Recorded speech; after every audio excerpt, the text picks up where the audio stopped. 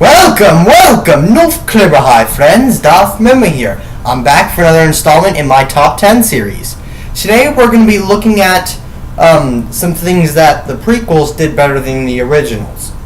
Hey, it's okay to admit that a couple things were done better. I understand that the originals are superior, but still. Let's get into the intro and then we're right to the video.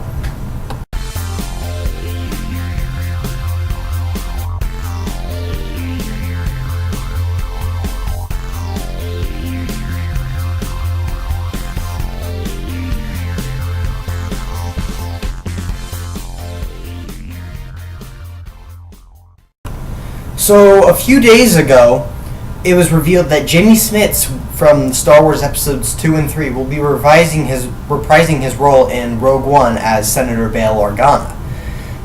Now, let's talk about for just a second why this is significant. Now that Jimmy Smits is playing Senator Organa, when he's only played that role in Episodes 2 and 3, shows that Disney is starting to put some acknowledgement towards the prequels. That's good, because it's opening the door for future prequel characters to be back in the universe. And I like that.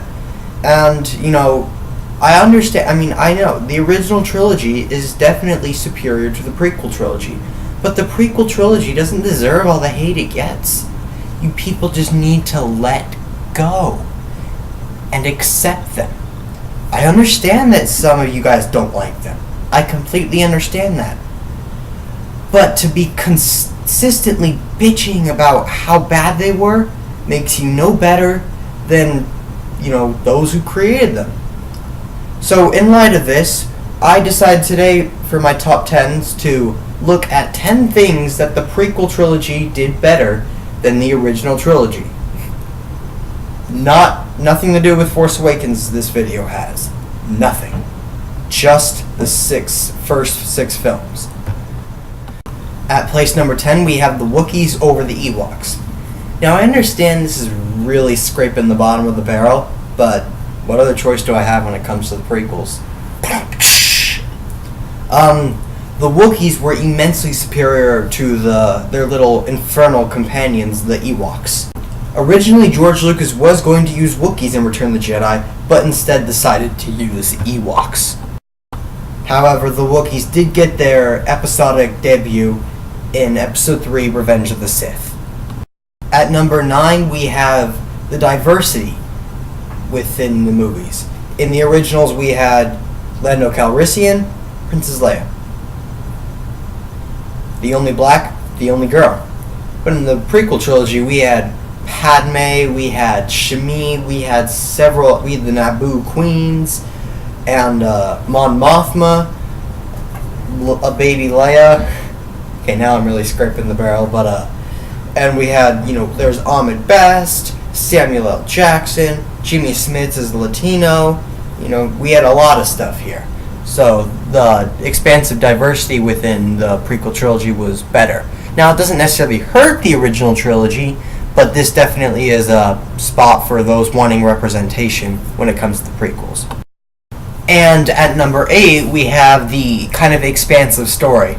Again, doesn't necessarily hurt the original trilogy. Simplistic is always good, as when it came to the original trilogy, simple and less became more complex and much bigger, And, but that being said, the prequels did give a lot of expansivity to the lore we have. Expanded the universe with planets and all these different characters and such. It took the Mos Eisley Cantina times like 10. Thanks to all the senators, all the just random citizens in Coruscant. And, that's can be good for something like Star Wars. Gives it much opportunities for, spin-offs and stuff when it comes to the books and the comics and the spin-off films, rather than just stick with the same old stuff. I'm looking at you, Han Solo film! Disney's going to be the death of this franchise, I know it. At place number 7, we have the original take on stories.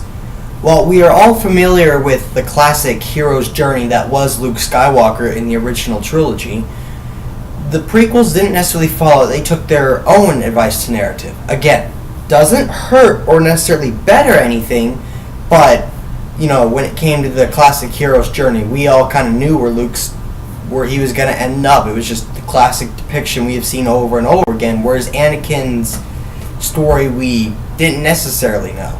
Now, granted, that was a prequel, and we already knew how that was going to end it, but if you're looking at it from purely chronological order, we didn't know, as that was not the classic hero's journey. More of what I'd like to call a redemption story. At number 6, we have darker story elements. Now, granted, the original trilogy did have the movie that was The Empire Strikes Back, but episodes 4 and 6 were really a happy-hearted and all good ending and stuff. The prequels frequently explored darker tones, like Anakin murdering the Tusken Raiders and, the complete annihilation of Order 66 and everything that followed in that film. I mean, Episode 3 was just freaking dark all out. It was the darkest of the saga, and Episode 2 explored some deep, dark things too. Episode 1, though, remained a kid's film, but, I mean, come on. You can't get any worse than Anakin killing children. At place number 5, we have actor continuity. Definitely noticeable, not necessarily as harming, but way better done in the prequel trilogy. I mean, in the prequels, when someone was casted for a role, they remained in that role. Whereas in the original trilogy, we had two different actors for the Emperor, later fixed in the special editions. We had two actors for frickin' Wedge Antilles, and, Jabba the Hutt in Episode 4. The prequels definitely topped this area, whereas this is something that bothers me with the original trilogy. And I don't care how well done the Emperor was. It's not Ian McDiarmid. At number 3, we have having a set, straight story. In the prequel trilogy, from the planning stage to the end, we knew exactly how it was going to go out. Not us, the audience, them, the producers. George Lucas, he had a straight narrative, and that's what he was planning to do. He wasn't going to change anything. He had it all planned out. Some of the stuff he had planned out since 1977. The lightsaber fight between Obi-Wan and Anakin on Mustafar. But with the original trilogy, many things were changed as we went on. Such as who Jabba the Hutt was, which created a lack of a scene in A New Hope that wouldn't have pissed off a lot of people if it was thought out at the time and remained there. Princess Leia being related to Luke Skywalker, which caused for that creepy incestuous scene. Ugh.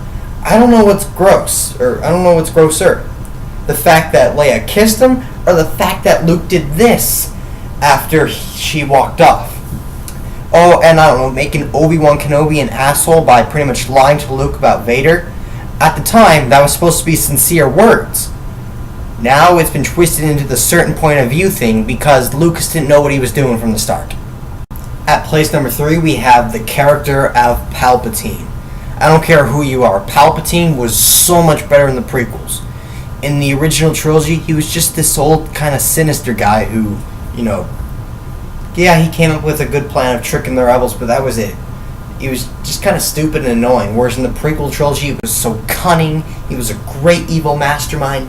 He had decades of patience of planning this out, the takeover of the Jedi and, creation of the Empire, the annihilation of the Jedi, and keeping himself hidden from them, the fall of Anakin. He was just such a great manipulator and puppet master thanks to the prequel trilogy. We all have to admit Palpatine wouldn't be nowhere near as good as a villain if it wasn't thanks to the episodes 1 through 3. At place number 2, we have emotion. Let's face it, these two were probably the only scenes in the original trilogy with good emotion. I mean, Leia didn't even flinch when Alderaan was destroyed. It was just a brief struggle and boom. She didn't really care. Whereas the prequels took a lot of time to demonstrate, emotion and that these characters were human. And they had human emotions. The original trilogy really fell flat on its face with this part, but the prequels prospered in it.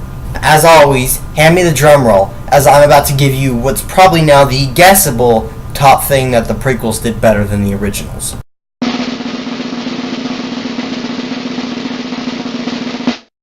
At place number 1, we have the lightsabers. Anywhere from just their basic creation to their new takes on them to the lightsaber duels in general were just way better done in the prequels than the originals, and I wish that the Force Awakens would have done more to combine this aspect than just take it directly from the originals. Now, granted, Lucas did get a little ambitious with a couple lightsaber duels that may be worth the best, but you gotta admit it. Anakin versus Obi-Wan, that was a great duel, great special effects, and a welcome part of the saga.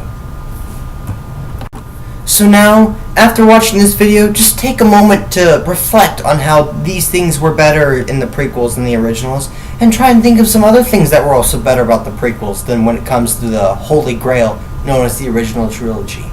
Now that Disney's taken over, they're in charge, and they've declared that episodes 1 through 6 are canon, whether you like them or not, so accept them. They're not going to remake them. They're not going to discard them. They're going to keep them as they are. Of course, their plan is to move forward with only good stories and get nothing but good response from the fans.